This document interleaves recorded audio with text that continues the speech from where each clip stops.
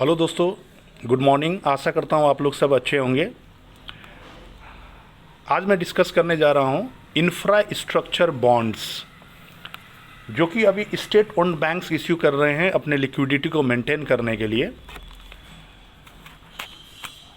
अभी कुछ दिन पहले आरबीआई का कॉन्फ्रेंस मीटिंग में गवर्नर शक्तिकांत दास जी का चिंता ये था कि अभी बैंकिंग इंडस्ट्री का जो सीडी रेशियो है, सीडी रेशियो मतलब होता है credit to deposit ratio, loan to deposit ratio. जहां लोन का जो ग्रोथ है वो डिपॉजिट ग्रोथ से काफ़ी ज़्यादा है। अराउंड 13% का ग्रोथ है लोन में, तो अप्रोक्स 10%, 9 पॉइंट समथिंग का ग्रोथ है डिपॉजिट में। तो ये बैंकिंग इंडस्ट्री के लिए क्यों चिंता का विषय बन रहा है? क्योंकि यदि बैंकिंग इंडस्ट्री में डिपॉजिट के कंपैरिजन में यदि लोन बढ़ता है तो बैंक को लिक्विडिटी मेंटेन करने में दिक्कत आती है, और इसका सबसे बड़ा रेस्पॉन्सिबल फैक्टर माना जा रहा है म्यूचुअल फंड इंडस्ट्री को, क्योंकि मैक्सिमम हाउस होल्ड्स और रिटेलर्स अभी म्यूचुअल फंड में इंटरेस्टेड हैं, एसआईपीज़, सिस्टमैटिक इन्वेस्टमेंट प्लान और लॉमसम्स में।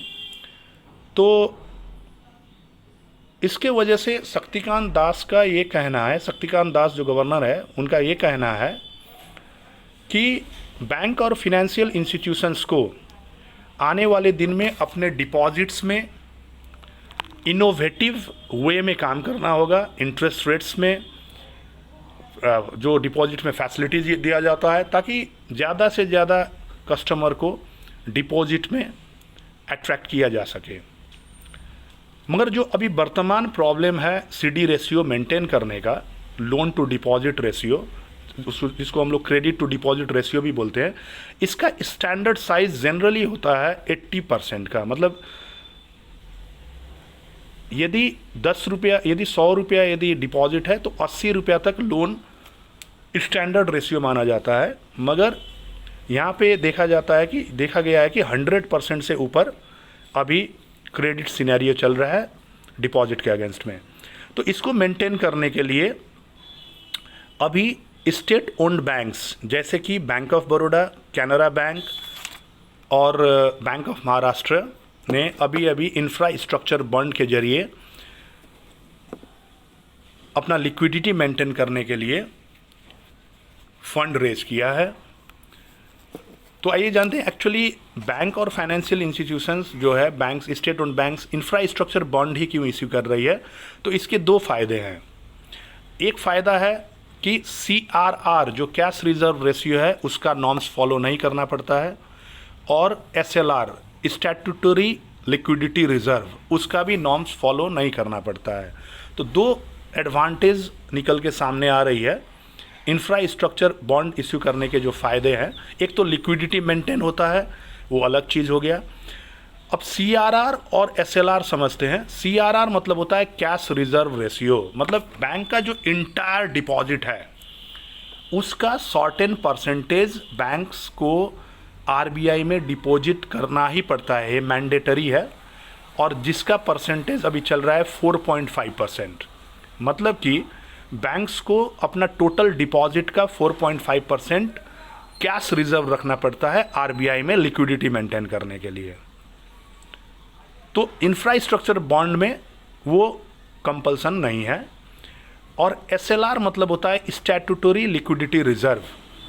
बैंक को अपने टोटल डिपॉजिट्स का 18% सिक्योरिटीज़ में, गवर्नमेंट सिक्योरिटीज़ में, ट्रेजरी बिल्स में जो हाईली लिक्विड है, हाईली लिक्विड मतलब जिसको इजीली कैश में कन्वर्ट किया जा सकता है, तो उसमें इन्वेस्ट करना ही पड़ता है। तो दोस्तों देखिए, इसमें बैंक को एडवांटेज क्या हुआ कि न CRR मेंटेन करना पड़ेगा 4.5%, न SLR 18%। तो जो भी फंड रेज किया गया है वो इंटायर पैसा बैंक अपने लिक्विडिटी मेंटेन करने के लिए, लिक्विडिटी मतलब होता है कि बैंक को जब भी कोई क्लेम आए पेमेंट का, बैंक इजीली उसको पे कर सके। जैसे आपने चेक आप चेक लेके गए, मान के चलिए 1 करोड़ का चेक आप लेके गए, बैंक दे नहीं पाए, तो आप जानते हैं बैंकिंग बिजनेस एकदम सेंसिटिव बिजनेस है, एक छोटा सा न्यूज़ भी बैंक को बर्बाद कर सकती है। मान के चलिए आज कोई बैंक ने 1 करोड़ का चेक का पेमेंट नहीं दिया, अगले दिन यदि न्यूज़पेपर में आ जाता है वो चीज़, आप सोच नहीं सकते हैं कि बैंक में कितना बड़ा भूचाल आ सकता है। डिपॉजिटर्स के लाइन लग जाएंगे अपने डिपॉजिट्स निकालने के छोटा सा न्यूज़ से।